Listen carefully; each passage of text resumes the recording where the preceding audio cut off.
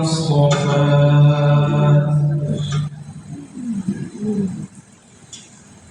أما بعد فأعوذ بالله من الشيطان الرجيم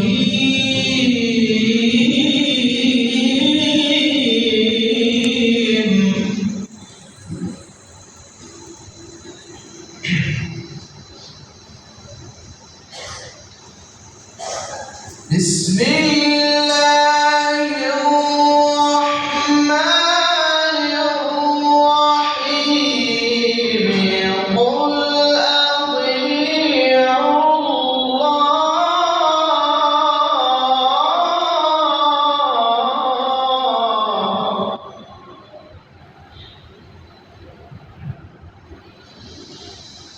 قل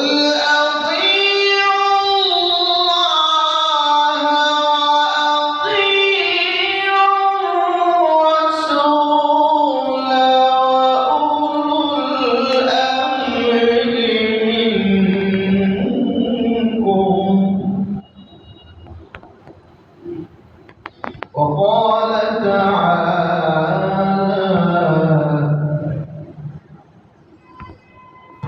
قل إن كنتم تحبون الله فاتبعوني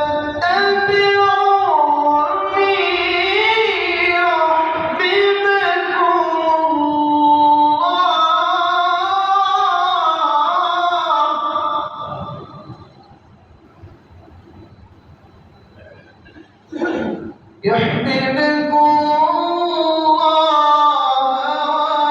ويغفر لكم ذنوبكم والله غفور رحيم.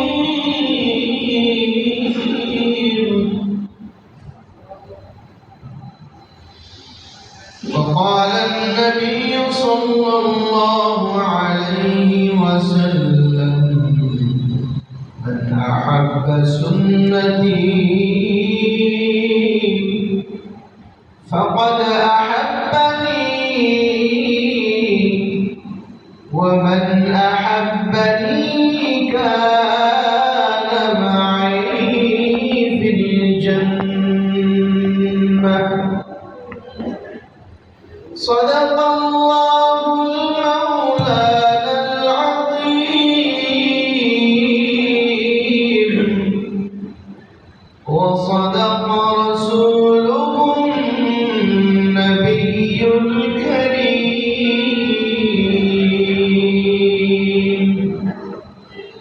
ونحن على ذلك من الشاهدين والشاكرين والذاكرين والحمد لله رب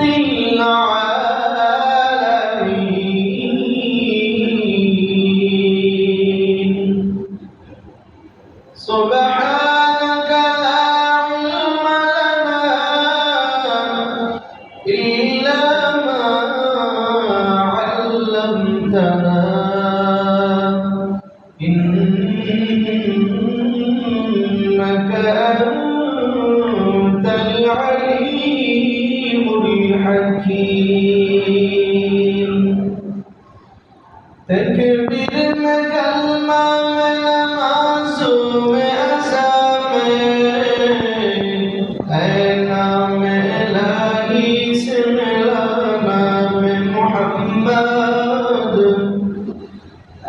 نام إلهي سملانا بمحمد فرمته آدم मुझे फल तेरे में लिखा हुआ तो बाप मौलाना मोहम्मद लिखा हुआ तो बाप मौलाना मोहम्मद الحمد لمن قدر خيرا وخبالا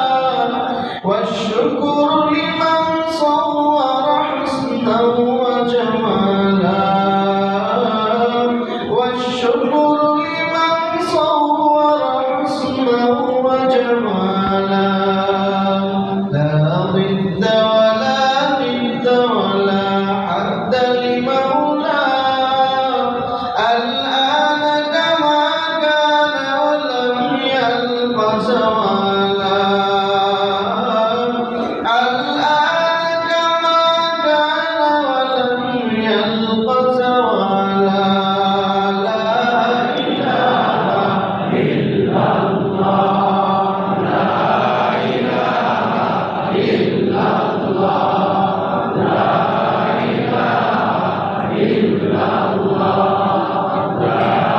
إله إلا الله لا إله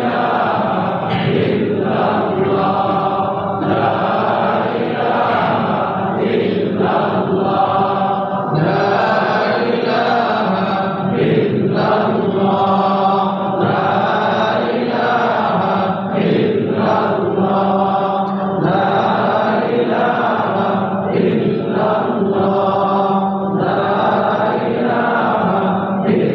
الله لا إله إلا الله لا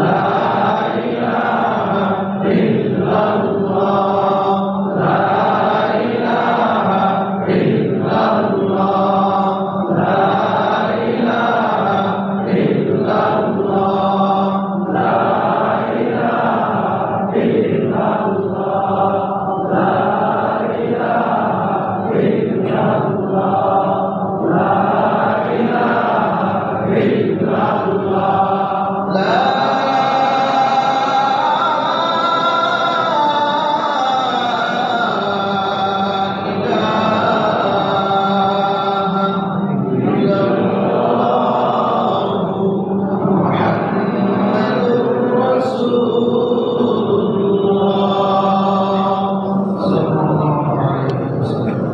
আলহামদুলিল্লাহ মহান রব্বুল আলামিনের দরবারে শুকরিয়া জ্ঞাপন করছি যে আল্লাহ পাক রব্বুল আলামিন আমাদেরকে জুমার নামাজ আদায় করার উদ্দেশ্যে দুনিয়াবি ফিতনা ফাসাদ থেকে পার করে দুনিয়াবি ব্যস্ততা থেকে বিরত থেকে আল্লাহ পাকের সন্তুষ্টির উদ্দেশ্যে জুমার নামাজ আদায়ের জন্য আমরা মসজিদে উপস্থিত হতে পেরেছি।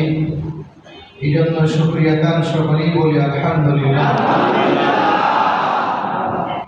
প্রিয় উপস্থিতি, গত জুমাতে আলোচনা হয়েছিল সিরাতের আলোচনা। আমরা নবী সাল্লাল্লাহু আলাইহি ওয়াসাল্লামের তিনি কেমন ছিলেন সেই বিষয়ে কিছুটা আমরা ধারণা পেয়েছি।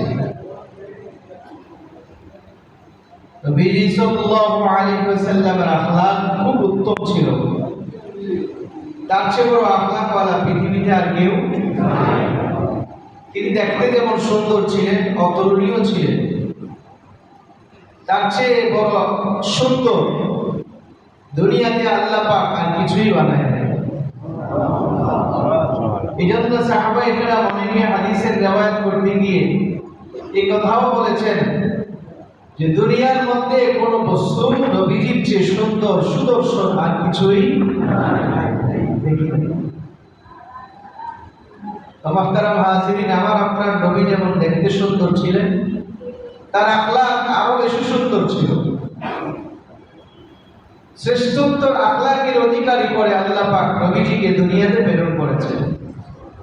এই জন্য সূরাতুল কলামে আল্লাহ পাক রব্বুল আলামিন বর্ণনা করেছেন, ওয়া ইন্নাকা লাআলা খুলুকিন আযীম, যে আপনাকে আমি আখলাকের শ্রেষ্ঠত্বর অধিকারী করে আমি প্রেরণ করেছি। আপনি হলেন শ্রেষ্ঠ আখলাকের অধিকারী, যার আখলাক এর চেয়ে আর কোনো আখলাক হইতে পারে না, এবং দামি আখলাকের চরিত্র দিয়ে আমি আপনাকে দুনিয়াতে প্রেরণ করেছি। এই জন্য নবীজি হলো আমাদের মডেল। নবীজি কি আমাদের মডেল? আমাদের দৈনিক 24 ঘন্টা এমনকি মৃত্যুর আগ পর্যন্ত একটা মানুষের যত কিছু প্রয়োজন হয় সব কিছুর জন্য আমরা যদি নবীজিকে অনুসরণ করি, তাহলে নবীজির পদক্ষণেই আমাদের জন্য মুক্তি এবং নাজাতের যথেষ্ট হয়ে যাবে। এটা দুনিয়া এবং আখিরাত। এই জন্য নবীজিকে অনুসরণ করার দরকার আছে না নাই? আছে। আল্লাহ তাআলা কোরআনে কারীমে বর্ণনা করেছেন যে আমার নবীকে তোমরা অনুসরণ করো, আমার অনুসরণ করো, আমার হুকুমের গোলামি করো এবং আমার পয়গম্বরকে, আমার হাবিবকে তোমরা অনুসরণ করো। আল্লাহ তাআলা এই ব্যাপারে কোরআনে কারীমে অসংখ্য জায়গাতে বর্ণনা করেছেন। আল্লাহ পাক রব্বুল আলামিন এক জায়গাতে বর্ণনা করেছেন, ইয়া আইয়ুহাল্লাযীনা আমানু আতিউল্লাহ ওয়া আতিউর রাসূল। এতটুকু শব্দ কোরআনের বহু জায়গায় এসেছে, আতিউল্লাহ ওয়া আতিউর রাসূল। মান আতা আল্লাহ ওয়া আতা রাসূল ওয়া আতিউল্লাহ ওয়া আতিউর রাসূল। এরকম বহু জায়গায় কোরআন বর্ণনা এসেছে। অর্থাৎ আমার অনুসরণ করো, আমার হুকুমের গোলামি করো এবং পয়গম্বরকেও অনুসরণ করো। তাহলে আমাদের দৈনিক জীবনে মৃত্যুর আগ পর্যন্ত একটা মানুষের যত কিছু প্রয়োজন হয়, এই ধারাবাহিকতায় কিয়ামতের আগ পর্যন্ত মানব জীবনের যত প্রয়োজন হবে সব কিছু আমার আপনার পয়গম্বরের অনুসরণে আছে। পয়গম্বরকে পদক্ষেপ করলেই হবে, অনুসরণ করলেই হবে। আপনি কোন দিকে যাবেন? আপনি সকালে ঘুম থেকে উঠে যত কাজ করবেন, যত চাকরি, ব্যবসা, যত শিক্ষা দীক্ষা সহকারে যা কিছু করবেন, সবই আমার আপনার নবীর আদর্শের মধ্যে রয়েছে। আছে না? এই জন্য যে আল্লাহ তাআলা কোরআনে কারীমে বর্ণনা করেছেন, লাকাদ কানা লাকুম, তোমাদের জন্য আমি বলে দিয়েছি, ফি রাসূলিল্লাহি উসওয়াতুন হাসানাহ, রাসূলের উত্তম আদর্শ তোমাদের জন্য আমি করে দিয়েছি। সুবহানাল্লাহ।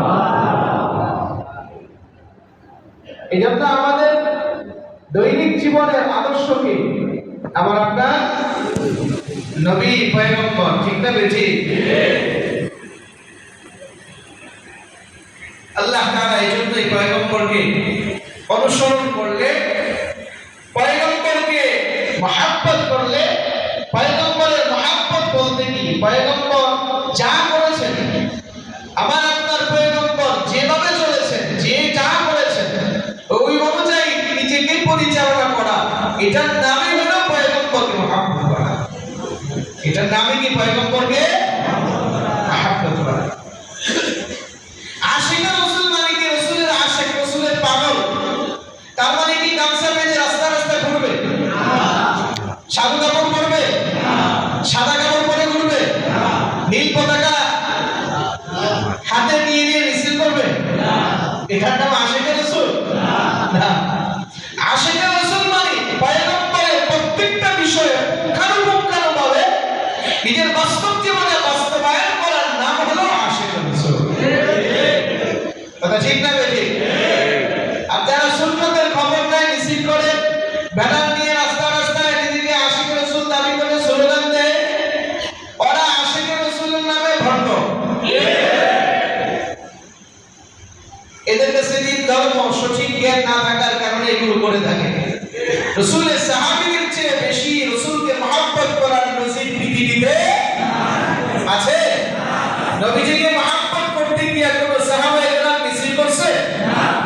মিটিং করেছে? পতাকা লাগাইছে? বরং পয়গম্বরকে অনুসরণ করেছে। ঠিক না বেঠিক?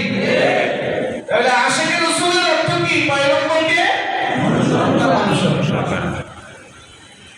এই জন্য আল্লাহ পাক কোরআনে কারীমের মধ্যে বর্ণনা করেছেন,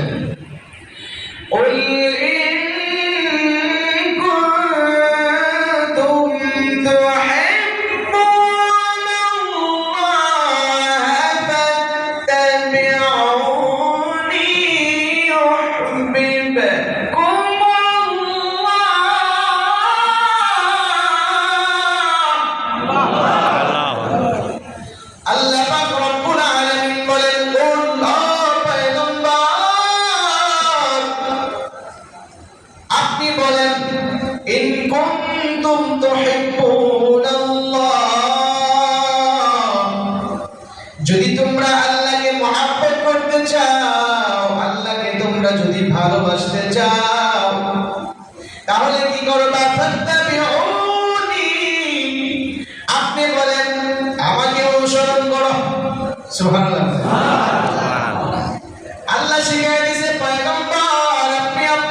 উম্মতদেরকে বলেন, কেউ যদি আল্লাহকে ভালোবাসতে চায়, কেউ যদি আল্লাহ পাককে মহব্বত করতে চায়, তাহলে আপনি বলেন ফাত্তাবিউনি, সে যেন আপনার অনুসরণ করে। আপনি বলেন আমার অনুসরণ করো, ফাত্তাবিউনি, তাহলে কি হবে?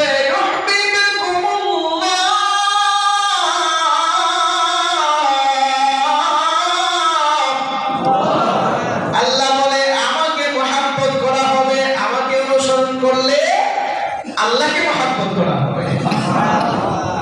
আল্লাহ বলে কেউ যদি আল্লাহকে মহব্বত করতে চায়, সে যেন আপনার অনুসরণ করে।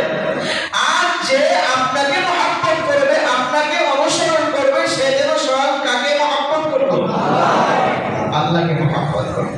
তাহলে এখান থেকে একটা মাপকাঠি পাইলাম, একটা স্কেল পাইলাম, একটা নমুনা পাইলাম, নীতিমালা পাইলাম, যে নবীকে অনুসরণ করলে আল্লাহকে মহব্বত করা হয়।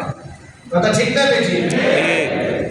এজন্য আল্লাহকে মহব্বত করার অর্থ কি? রাস্তায় রাস্তায় ঘুরে বেড়ানো অথবা কবরস্থানে গিয়া কবরের মধ্যে শুয়ে থাকা, এগুলোর নাম কি আল্লাহর মহব্বত?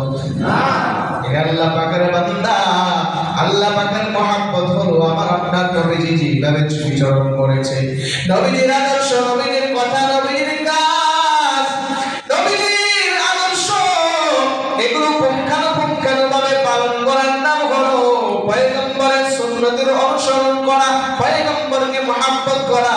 পয়গম্বরকে অনুসরণ করলে কাকে মহব্বত করা হয়? আল্লাহকে মহব্বত করলে আল্লাহ পাক আবার কি করেন? আল্লাহ পাক রব্বুল আলামিন বলেন, ইয়াগফিরু লাকুম যুনুবাকুম ওয়াল্লাহু গফুরুর রহিম। আল্লাহ পাক বলেন, যদি তোমরা আল্লাহকে মহব্বত করো, আল্লাহকে যদি ভালোবাসো, তাহলে তোমাদের জন্য আমি কি করব জানো? আমি তোমাদের সব গুনাহ মাফ করে দেব। ইয়াগফির লাকুম যুনুবাকুম, আমি তোমাদের যত গুনাহ আছে সব গুনাহ মাফ করে দেব। হে আল্লাহ পাকের বান্দা, আল্লাহ পাক মাফ করবে কেন? আল্লাহ পাক এরপরে বলেন, আল্লাহু গফুরুর রহিম। আল্লাহ পাক হলো গফুর, আল্লাহ পাক রহিম, আল্লাহ পাক মাফ করনেওয়ালা, আল্লাহ পাক দয়া করনেওয়ালা। এই জন্য আল্লাহ পাক আমাদেরকে মাফ করে দিবে যদি পয়গম্বরকে অনুসরণ করি। তাহলে ঠিক না বেশি? আর পয়গম্বরকে অনুসরণ করলে আল্লাহকে মহব্বত করা হবে, আল্লাহকে মহব্বত করলে আল্লাহ পাক গুনাহ মাফ করে দিবে। আল্লাহ পাক রব্বুল আলামিন আমাদেরকে গুনাহ মাফ করবেন, এটা চাই কি চাই না? যারা বলেন চাই কি চাই না? এই জন্য পয়গম্বরের মহব্বত করতে চাইলে কি করা দরকার? হে আল্লাহ পাকের বান্দা, রাসূলের সুন্নতের উপরে জীবন বসর করা দরকার, রাসূলের সুন্নতের উপরে জীবন পরিচালনা দরকার। সুন্নত নাই কিছুই নাই, সুন্নত নাই কিছুই নাই। তাহলে সুন্নতের উপরে চললে কি হবে? পয়গম্বর বলেন, মান আহাব্বা সুন্নতি, যে আমার সুন্নতকে মহব্বত করে, আমার সুন্নতকে অনুসরণ করে, ফাকাদ আহাব্বানি, সে আমাকে মহব্বত করবে। ওয়া মান আহাব্বানি কানা মাই ফিল জান্নাহ। পয়গম্বর বলেন, কেউ যদি আমাকে মহব্বত করে ভালোবাসে, সে আমার সাথে জান্নাতে থাকবে। পয়গম্বরের সাথে জান্নাতে থাকার দরকার আছে না নাই? পয়গম্বরকে মহব্বত করতে চাইলে কি করব? জোরে বলেন না, কি করব?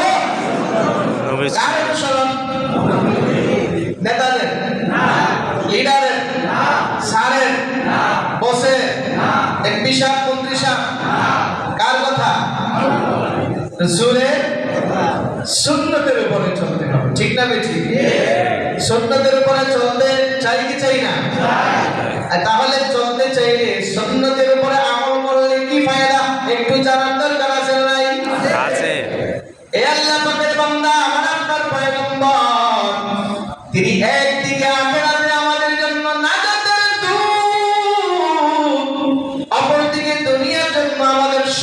বড় হসপিটাল এবং ডক্টর, তার চেয়ে বড় ডাক্তার হইতে পারে না।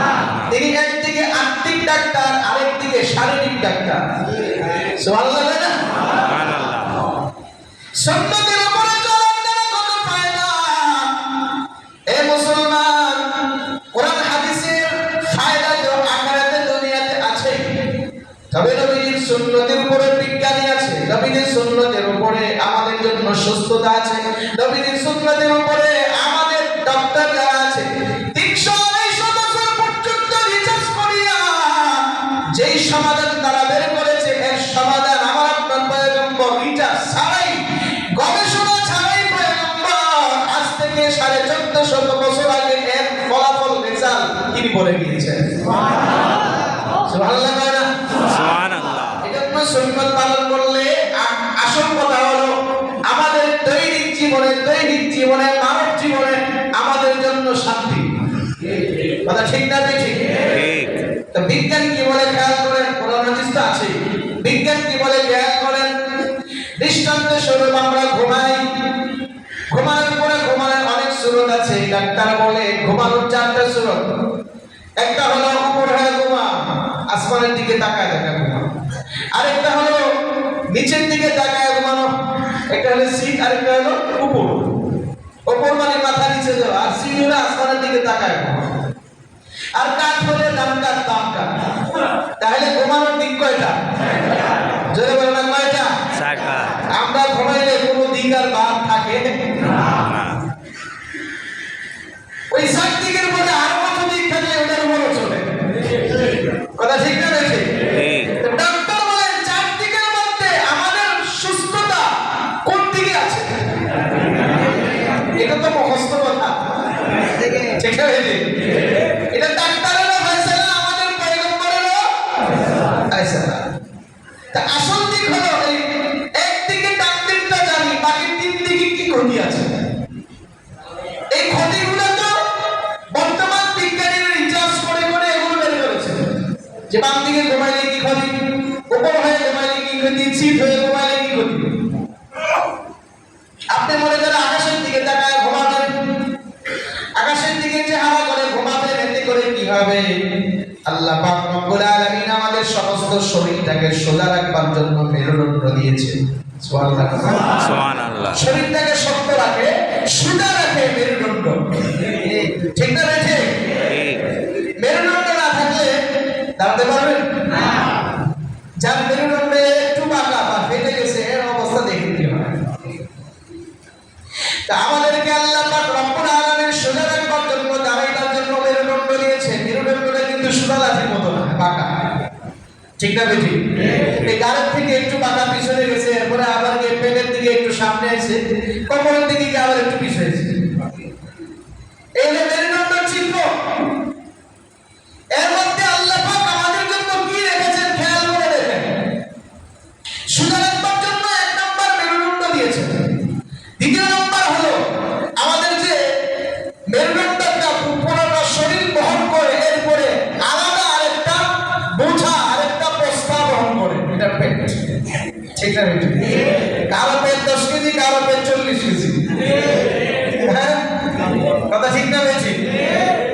এটাকে বহন করবার জন্য আল্লাহ পাক রব্বুল আলামিন দেখেন পেটের দিকে গিয়ে একটু বাঁকা হয়ে সামনের দিকে আসছে, যাতে করে আপনার পেটের ওজনটা ওই হাড়ের উপরে পড়ে।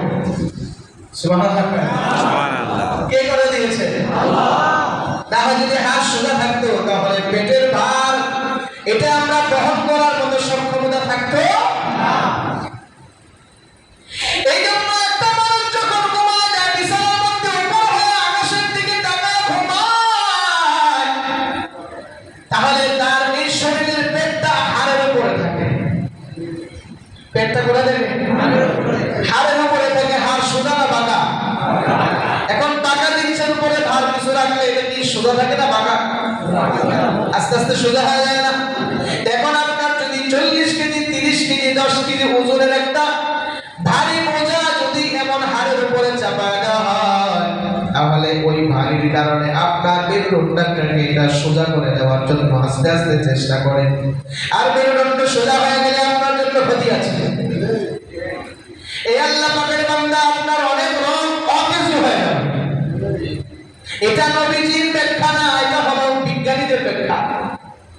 তাহলে আমার আপনার জন্য আকাশের দিকে তাকায় ঘুমানো নিরাপদ।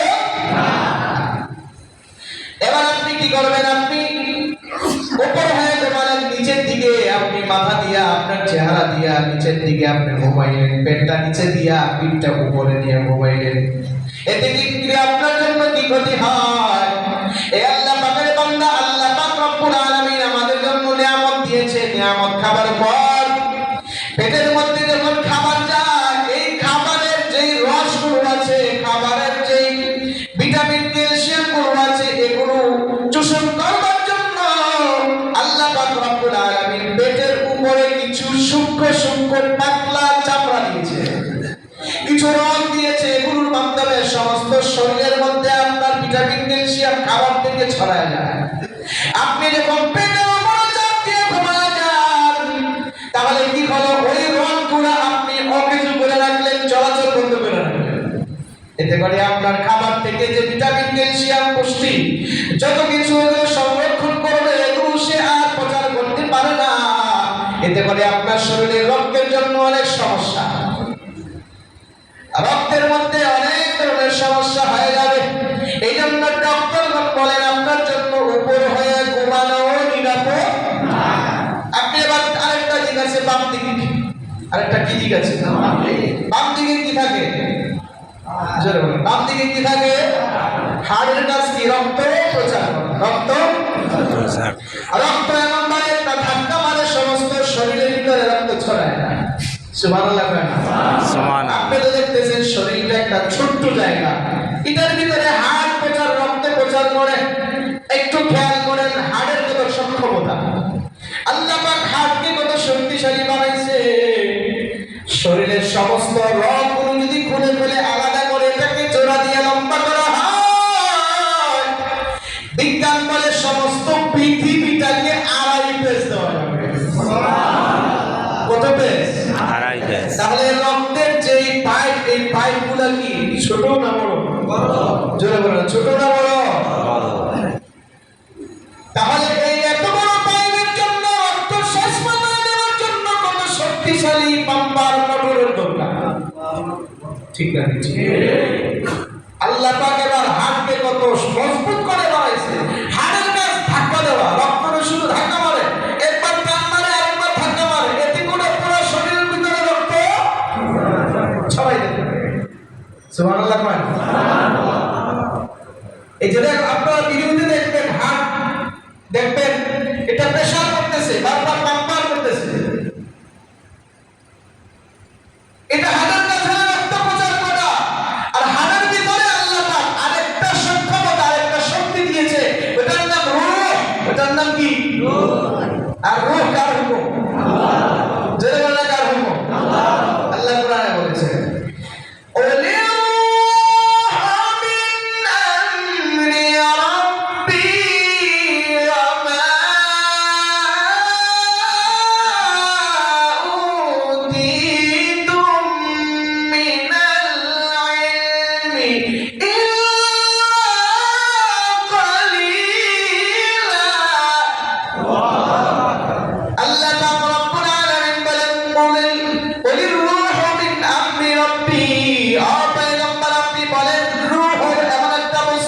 এটা আল্লাহ পাকের আদেশ।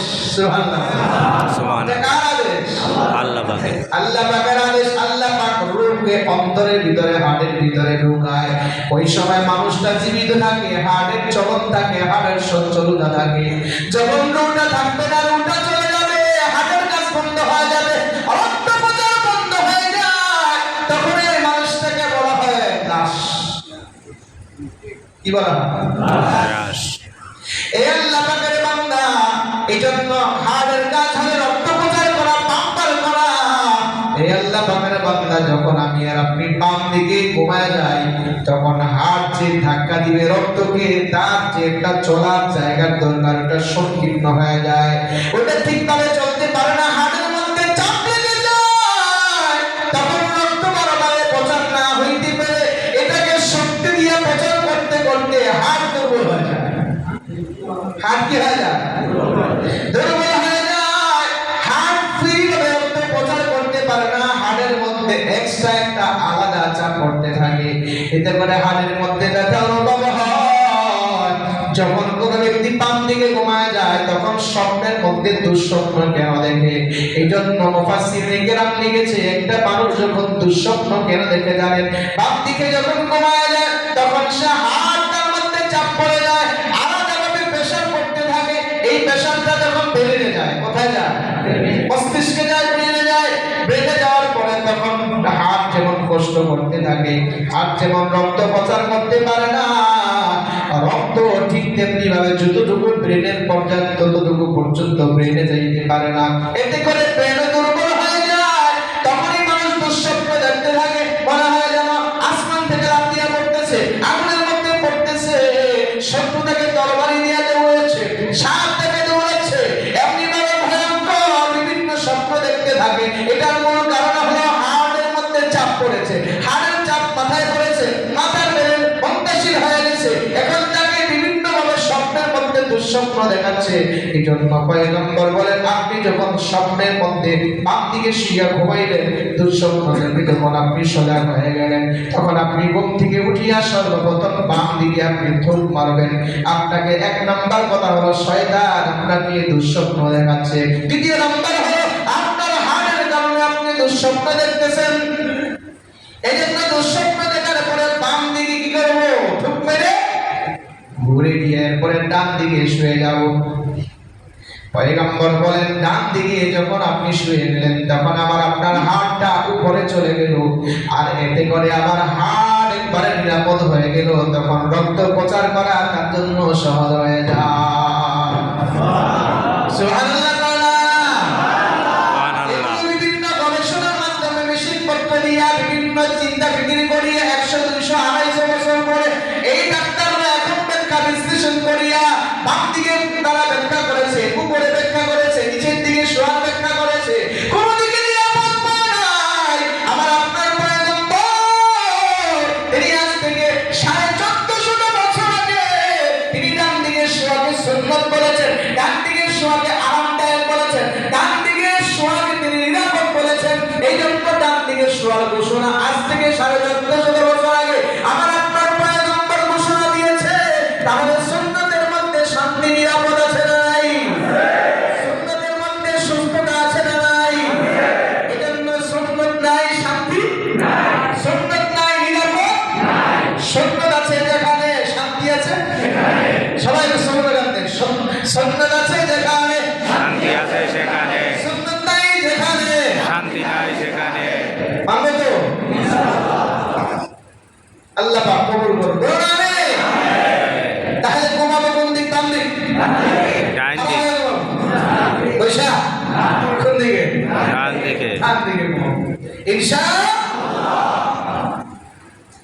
এক নাম্বার কথা, এটা হলো একটা দৃষ্টান্ত। এবার আপনি আরো সুন্নতের কথা বলেন, বিজ্ঞানের কথা।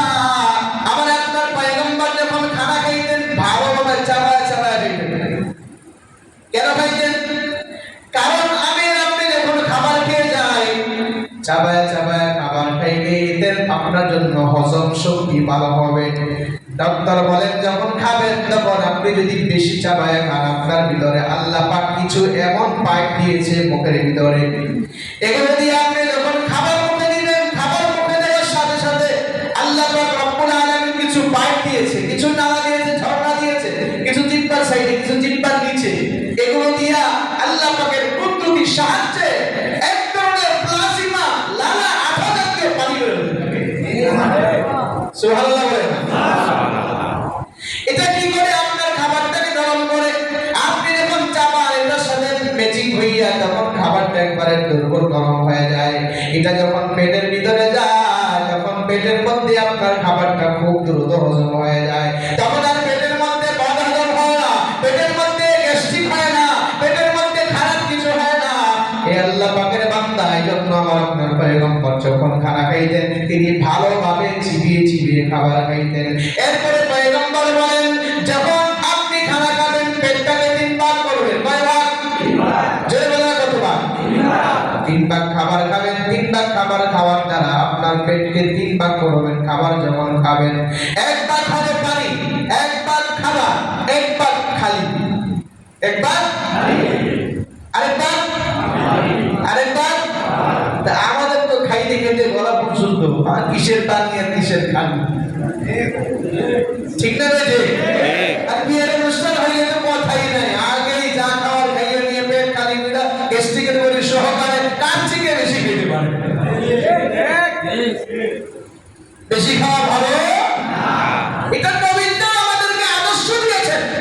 ডক্টরগণ বলেন আপনার খাবারের যতটুকু প্রয়োজন, আপনি যদি এর চেয়ে বেশি খান, যতটুকু আপনার জন্য প্রয়োজন এর চেয়ে বেশি যখন আপনি খাবেন, তখন ওই খাবারটা আপনার পেটে গিয়ে হজম হবে না, ওটা আপনার পেটের ভিতরে বদ হজম করবে, গ্যাস্ট্রিক হবে, আলসার হবে, বিভিন্ন রোগ তৈরি হবে, পেটের ভিতরে চর্বি তৈরি হবে, ওই খাবারটা হজম হবে না। যখন আপনি আপনার প্রয়োজন অনুসারে খাবার খাবেন, ওটাই আপনার জন্য শরীরের সুস্থতার জন্য যথেষ্ট হবে। খাবারের অভাব যখন হয়ে যাবে, ওটা আপনার জন্য আর এটা সুস্থতায় নাই থাকবে না। এজন্য খাবার কম খাওয়া নবীর সুন্নাত, খাবার কম খাওয়া নবীর সুন্নাত। এ আল্লাহ পাকের বান্দা, খাবার কম খাওয়ার জন্য দ্রুত না খাওয়া, ধীরে ধীরে খাওয়া। খাবার যখন খাবেন দ্রুত না খাওয়া, ধীরে ধীরে খাওয়া। আমার আপনার পয়গম্বর জনাবে মুহাম্মদুর রাসূলুল্লাহ সাল্লাল্লাহু আলাইহি ওয়াসাল্লাম তিনি যখন খাবার খাইতেন ধীরে ধীরে খাবার খাইতেন। বিজ্ঞানী বলেন যখন আপনি খাবার খাবেন, খাবার খাওয়ার পরে পেট যখন ভরে যাবে, পেট ভরে যাওয়ার পর যখন আপনার পুরো তৃপ্ত হয়ে যাবে, আপনার খাবার পেট ভরার 8 মিনিট পরে আপনার ব্রেনের ভিতরে সিগন্যাল আসবে যে আপনার পেট ভরে গেছে। কত মিনিট পরে? 8 মিনিট। আপনি যদি 8 মিনিটের মধ্যে আপনি আর 6 মিনিটে 4 মিনিটে ইচ্ছা মতো গলা পর্যন্ত খাইলেন, ওই সময় টের পান নাই। খাবারের আধা ঘন্টা পর এখন আর পেট আলাদা ভরেন না, এখন হাঁটতে পারতেছেন না, এখন আপনার অবস্থা টাইট। এজন্য ডক্টরগণ বলেন যখন খাবার খাবে আপনি ধীরে ধীরে খান, দ্রুত না খান। কারণ আপনার যতটুকু প্রয়োজন, এতটুকু প্রয়োজন যখন পেটের ভিতরে খাবার যাবে, আপনার ব্রেনে সিগন্যাল হবে আর দরকার নাই, তোমার তৃপ্ত হয়ে গেছে, খাবার যথেষ্ট হয়ে গেছে। আপনি যদি তাড়াহুড়া করিয়ে খাবার খান, এজন্য আপনার পেট ভরে যাবে, পেট বুঝতে পারবে না আপনি কতটুকু খেয়েছেন। 8 মিনিট পরে গিয়ে বলবে খাইছো খাইছো, আজীবনের খাওয়া খেয়ে 1 মিনিট লিখছো। এজন্য খানা খাবো ধীরে ধীরে, খানা খাবো ধীরে ধীরে। ধীরে ধীরে, পেটটাকে 3 ভাগ করে খানা খাবো আর ধীরে ধীরে খাবো। তখন দেখবেন আপনার 8 মিনিটে আপনি যা খাইবেন, 8 মিনিট পরে অনেক সময় দেখা যায় আপনি হঠাৎ খানা খাইতেছেন, মাঝখানে জরুরি কল আসছে, কথা বলতেছেন, 2-4 লেপা খাওয়ার পরে আপনি 10 মিনিট পরে আবার যখন খাইতে বসছেন, এখন আপনি বলতেছেন ভুলা নেই। অর্থাৎ ব্রেন আপনাকে যতটুকু পেটে খাবার দিয়েছে, ব্রেন আপনাকে সিগন্যাল করে দিয়েছে তোমার খাবার যথেষ্ট হয়ে গেছে। এখন আর খাবার খাইতে বসলে আর খাবারের তেমন আগ্রহ থাকে না। এজন্য খাবার ধীরে ধীরে খাওয়া। কার সুন্নাত? জোরে বলো না, কার সুন্নাত? নবীজির সুন্নাত। নবীজির সুন্নাত। এ আল্লাহ পাকের বান্দা, আমার আপনার পয়গম্বর আরো দৃষ্টান্ত দিয়েছে মেসওয়াক করা সুন্নাত। মেসওয়াক করা কি? জোরে বলো না, মেসওয়াক করা কি? সুন্নাত। পয়গম্বর বলে কোন ব্যক্তি যদি ওযু করিয়া, মেসওয়াক করিয়া, ওযু করিয়া 2 রাকাত নামাজ পড়ে, আল্লাহ পাক রব্বুল আলামিন তার জন্য জান্নাতের 8টি দরজা খুলে দিবে। মেসওয়াকের মধ্যে অনেক ফায়দা আছে। ব্রাশ করতে পারেন, ব্রাশে পরিষ্কার হয়, সুন্নাত হয় না। মেসওয়াক করলে সুন্নাত আদায় হয়। এজন্য আমি মেসওয়াক করব, সুন্নাত আপনি পরিষ্কারের জন্য একবার আপনি ব্রাশ করতে পারেন, আর সুন্নাতের জন্য আপনি দৈনিক 5 বেলা ব্রাশ করতে, আপনি মেসওয়াক করতে পারেন। এজন্য আগামী জন্য একটা হাজিরা হবে, কার কার কাছে মেসওয়াক আছে? আজকে আমার কাছে নাই, এজন্য হাজিরা হয়ে যাবে। আগামী জন্য হাজিরা হবে ইনশাআল্লাহ। এই নবম মেসওয়াক, মেসওয়াকে অভ্যস্ত হইতে হবে। আমার আপনার পয়গম্বর তিনি যখনই ঘর থেকে বের হতেন মেসওয়াক করে বের হতেন, যখন ঘরে আবার প্রবেশ করতেন মেসওয়াক করে এরপরে ঘরে প্রবেশ করতেন, ওযু করার আগে তিনি মেসওয়াক করতেন, ঘুমানোর আগে তিনি মেসওয়াক করতেন, ঘুম থেকে উঠে আবার মেসওয়াক করতেন। এই মেসওয়াকের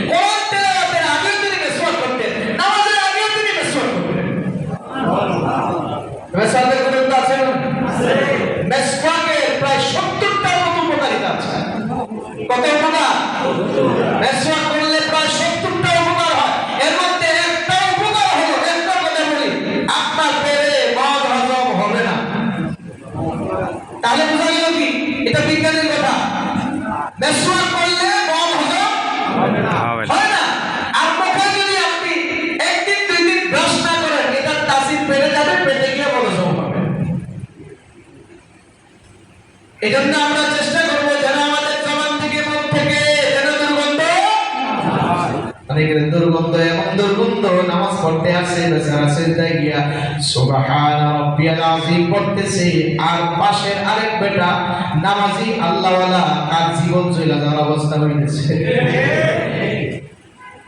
এমন আছে না নাই? আরে একদিন তো মুখের গন্ধ, আরেক হলো বিড়ি খাওয়ার গন্ধ।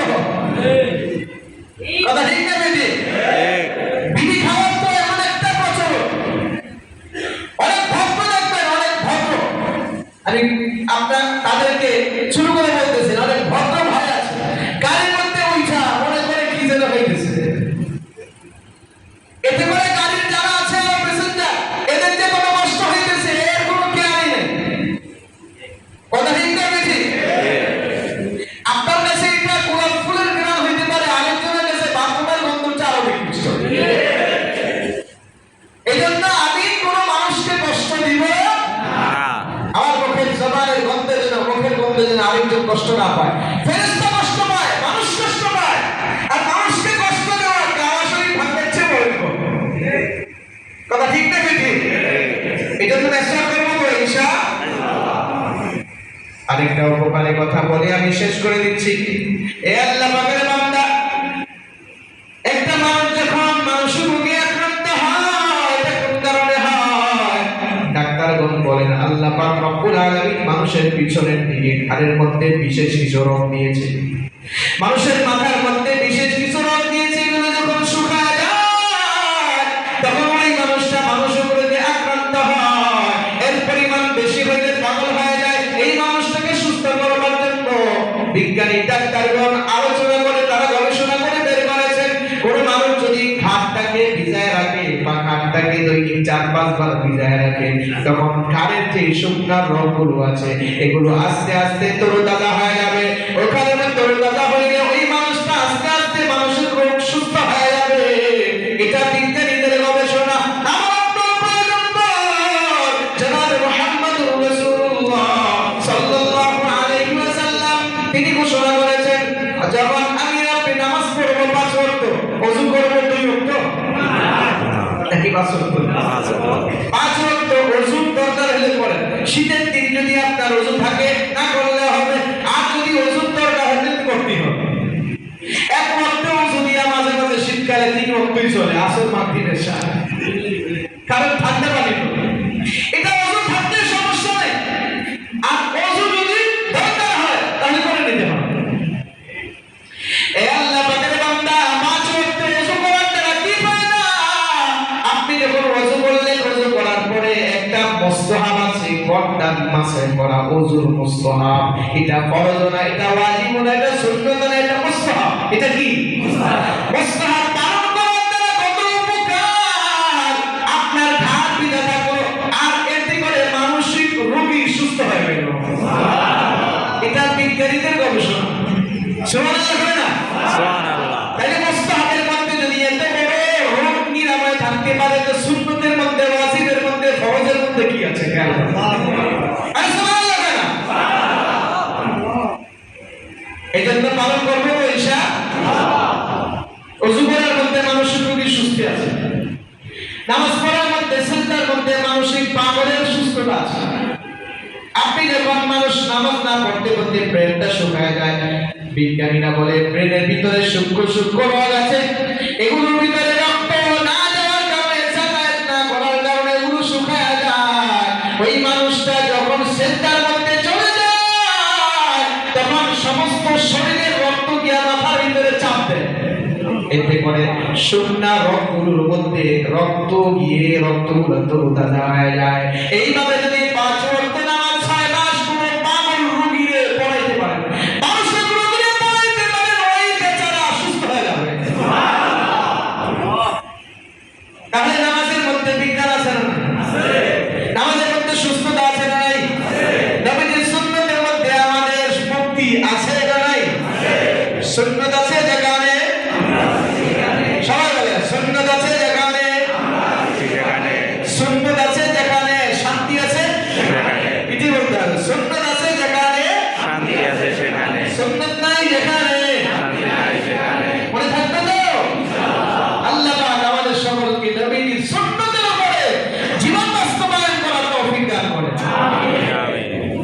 দাওয়ানা